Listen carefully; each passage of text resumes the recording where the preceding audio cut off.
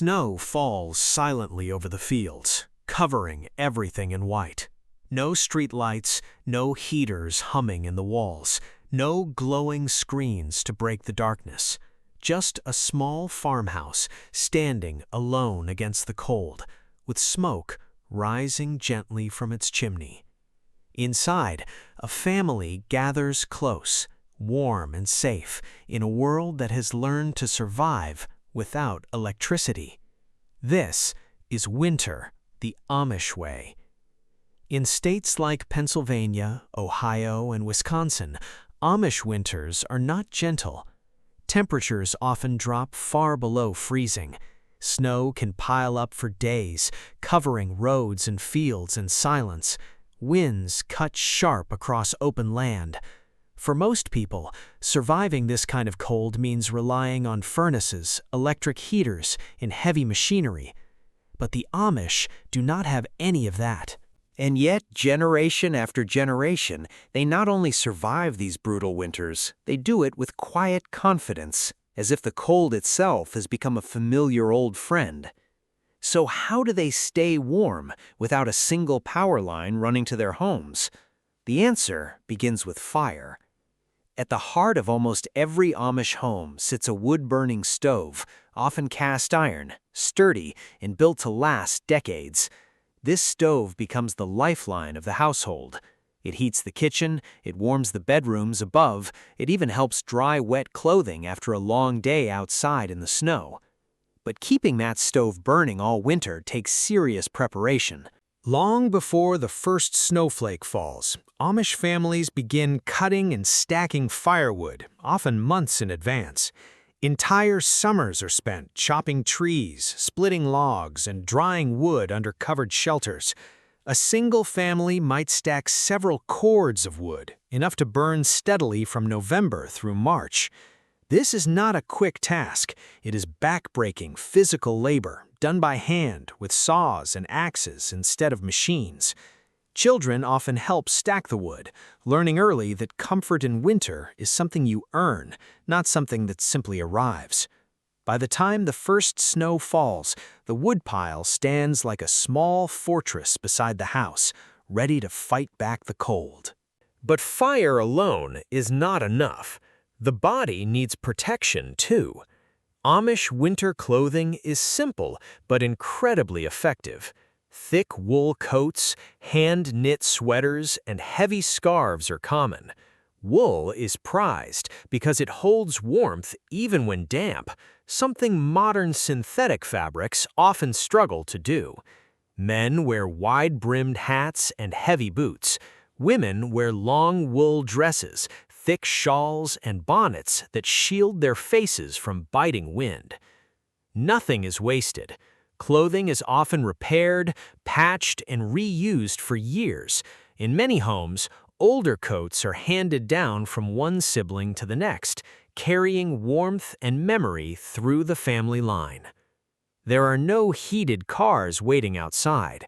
Instead, families rely on horse-drawn buggies, sometimes enclosed with small propane heaters glowing softly inside, just enough to keep hands from going numb during a slow ride through the snow.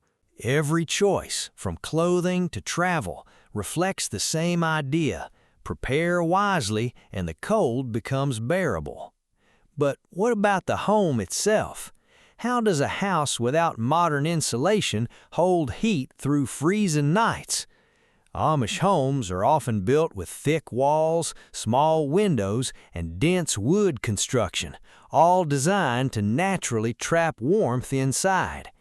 Many families use straw bales, heavy curtains, or extra layers of wood paneling to block cold air from creeping through cracks and doorways. Inside, the kitchen becomes the heart of the home. A pot of soup simmers on the stove. Bread bakes slowly in a wood-fired oven, filling the house with warmth and the smell of comfort. Families gather close, often by lantern light, sharing stories, mending clothing, or reading quietly together. There is no television to escape into, just the sound of the fire crackling and the presence of people who truly need each other. Winter storms also test another crucial skill: preparation for food.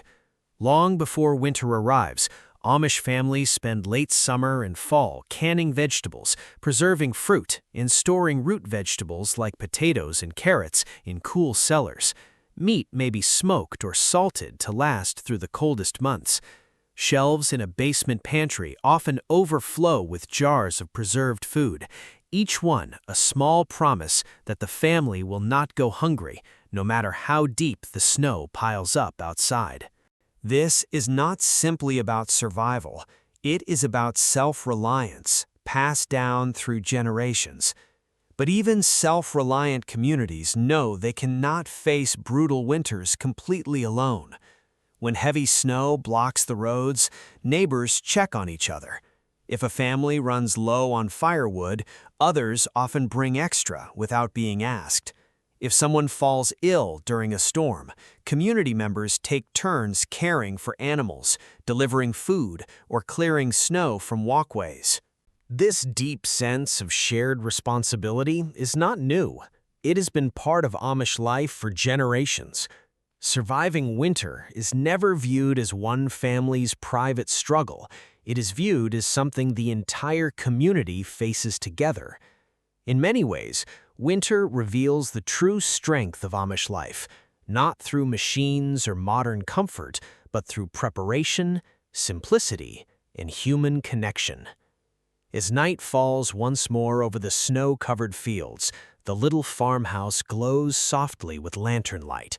Smoke drifts gently from the chimney into a dark, star-filled sky. Inside, a family sits close together, warm, safe, and content, wrapped not just in wool blankets, but in something deeper. There are no machines keeping them alive tonight, just fire they built with their own hands, wood they cut months before, and each other. Maybe that is the quiet lesson hidden inside every harsh Amish winter. Real warmth was never about electricity at all. It was about preparation. It was about patience. And most of all, it was about family, standing together through even the coldest nights.